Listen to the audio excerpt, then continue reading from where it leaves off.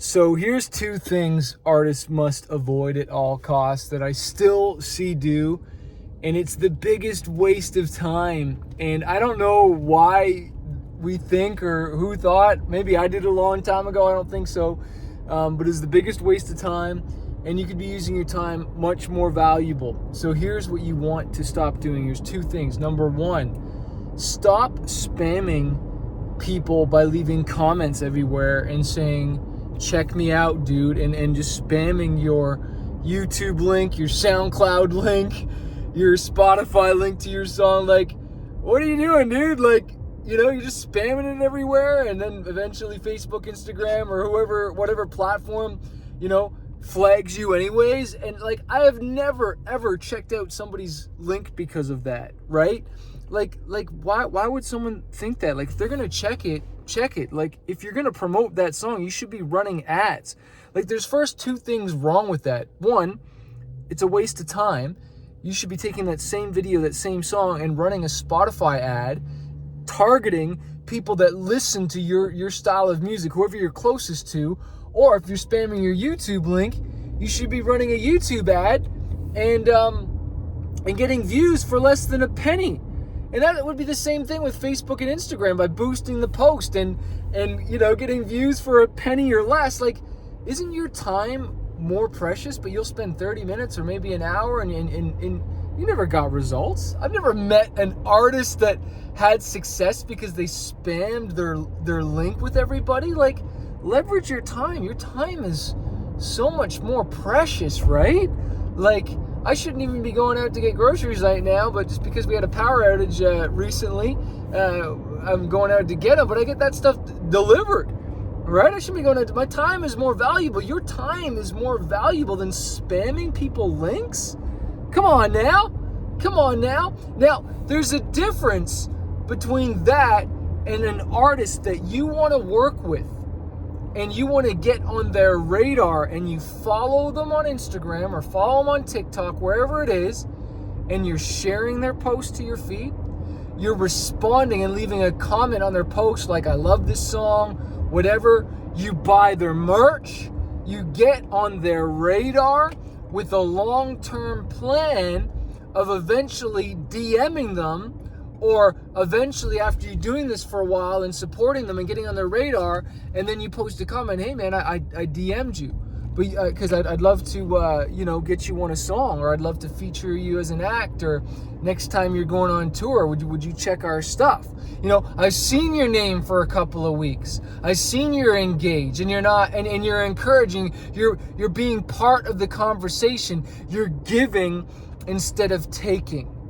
And this is one of the biggest mistakes I made, and I see so many artists make, is they try and take before giving first.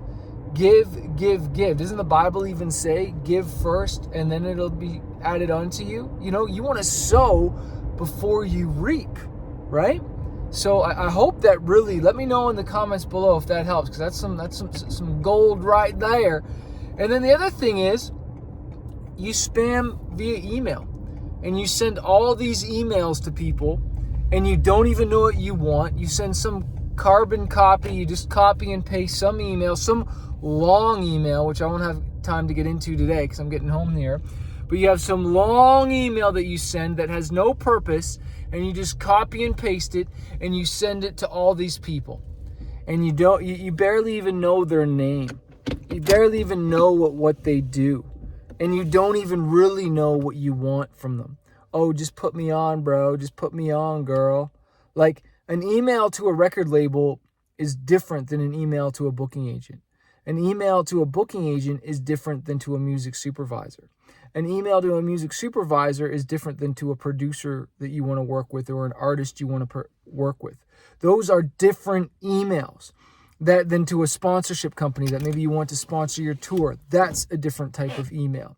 But I'll tell you what all successful emails to labels, to booking agents, to music supervisors, to whoever, all have in common. A successful email, I'll tell you in the next video. No, I'm just kidding.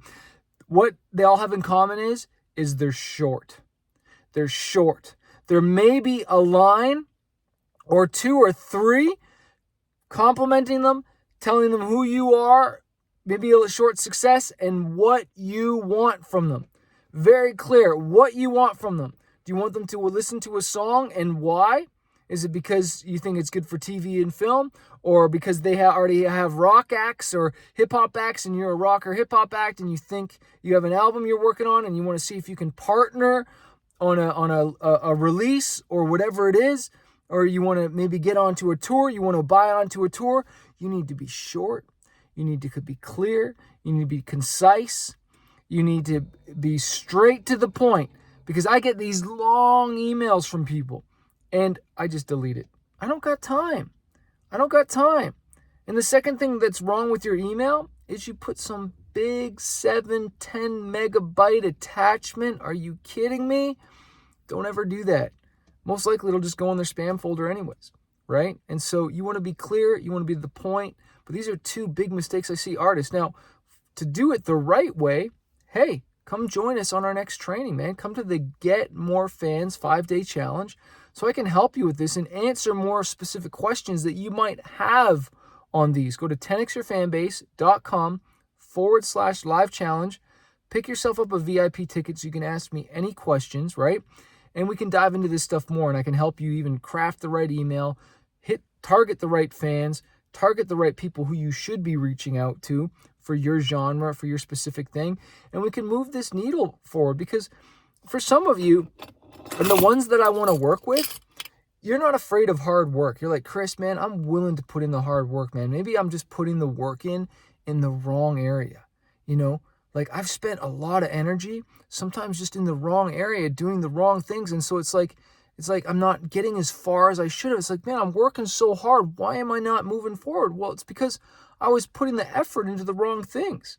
You know, don't mistaken effort for or action. What's the word? It's like, it's kind of like, it's like just because you're working hard doesn't mean you're doing the right things. You're not using leverage. You're not putting the effort to the right things. So of course you're not going very fast. I can get to my destination way faster driving this car with less amount of effort than me running to go get the groceries. You know, who's working harder? Well, the person that's running, right? But are they getting ahead as fast? No, they're not. Right? So we want to quantum leap your efforts this year, but in the right areas so you get a better return. You've been working too hard, but maybe on the wrong things, my friend. Maybe you need to let up in some areas and put your less effort in a different area, but you'll get 10 times the results. And I've seen this in my whole life, right? So hope that inspires you today. Never give up on this stuff. You got greatness.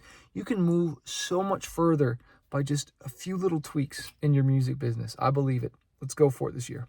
Peace.